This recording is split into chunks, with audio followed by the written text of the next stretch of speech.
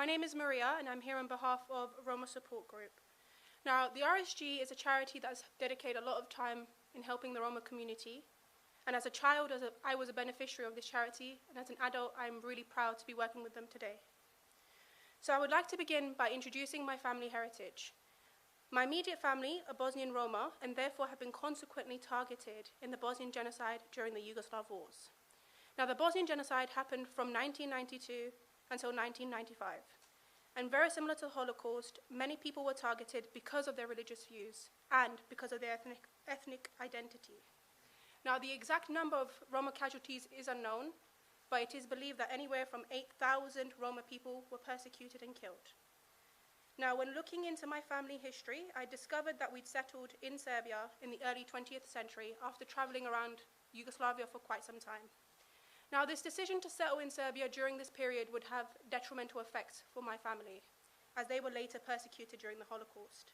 And you would think that these two events would be far-fetched and perhaps even coincidental, but when looking at the context and the mistreatment of Roma people in Europe, especially in Eastern Europe, it is critical to understand that these events were not coincidental, but in fact, planned acts of genocide.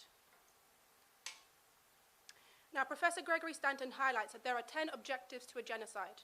There are 10 things that must happen before a mass killing can be considered a genocide.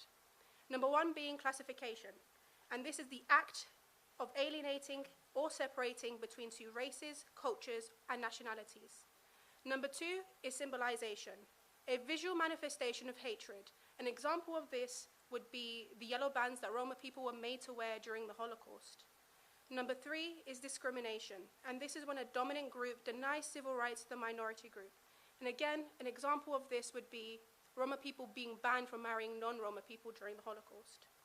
Number four is dehumanization, and this is to be treated with very little to no human respects, as well as human dignity. Number five, organization. Regimes of hatred train people to carry out the destruction of an ethnicity or a race.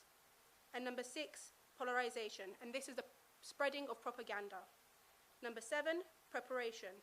The perpetrators plan the genocide, and they often use euphemisms like the final solution to cloak their intentions, but also spark fear within their victim groups. Number eight is persecution. The victims are identified because of their ethnicity or religion, and death lists are drawn up. Some are sent to ghettos, some are deported, or some are simply left to starve. And after this step is when the genocide begins. Number nine is extermination. The hate group murders their victims in a deliberate or systemic campaign of violence. And number 10 is denial. The perpetrators and sometimes later generations deny the existence of any crime, which is very true about the Roma Holocaust, which is often referred to as the forgotten Holocaust.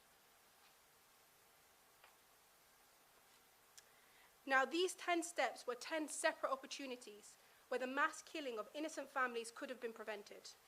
These 10 steps highlight the infringement on the freedom to live. The innocent Roma killed during the Holocaust and the Bosnian genocide had their freedom to life revoked, had their freedom to grow and to develop revoked, to start their own families revoked. These key milestones that every human being has the right to experience have been revoked during these genocides. The Bosnian genocide happening only 50 years after the Holocaust shows that how we treat and how we see Roma people, even to this day, has not developed. We have not developed in empathy, we have not developed in forgiveness, and we certainly haven't developed in acceptance. And the reason why I say this is because in Bosnia, during the Bosnian genocide, many of the perpetrators knew their victims. They knew what they were doing to them. They had known them since children. And they chose to act brutal towards them, to punish them in ways that you would never imagine. And the complete lack of empathy is essential in understanding why events like this continue to happen. And there has been a history in the persecution of Roma people. All the way from the 1400s up until the 1800s, anti-Roma laws were passed in European countries, which persecuted Roma and banned them from settling in any one country, and made being Roma punishable by death, whilst at the same time enslaving us. The dehumanizing of the Romanesque language, which happens to be my mother tongue, a language that has been inspired by cultures all over the world, and viewing the language as something that is low class and treating it as such, has had significant effect on the way Roma people were perceived, as well as the propaganda produced by the Nazis, this also influenced the way Roma people were viewed and consequently treated. Now, during the Holocaust, it is believed that anywhere from 500,000 to 1.5 Roma people were executed. Now, the lack of knowledge on these casualties of Roma people during the Holocaust shows the ongoing mistreatment of the Roma community. The Roma people were taken to German concentration camps and were sterilized. They were treated and punished inhumanely, the freedom of reproduction stolen from them, simply for the crime of being Roma. Now, many of the punishments included sterilization, deportation, or being sent to either a work camp or a death camp. And this just shows the complete lack of regard for the Roma community. Now, my family has been greatly affected by the Holocaust. My great-grandmother had told me the story of her father's passing many times before her own death in 2013. She remembered the event and the mistreatment of her family.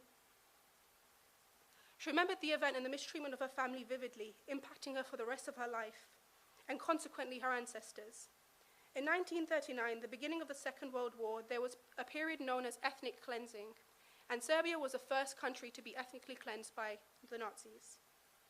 There were periods where Nazi soldiers would come during the night and raid the homes of civilians, and many Roma men were killed defending their families.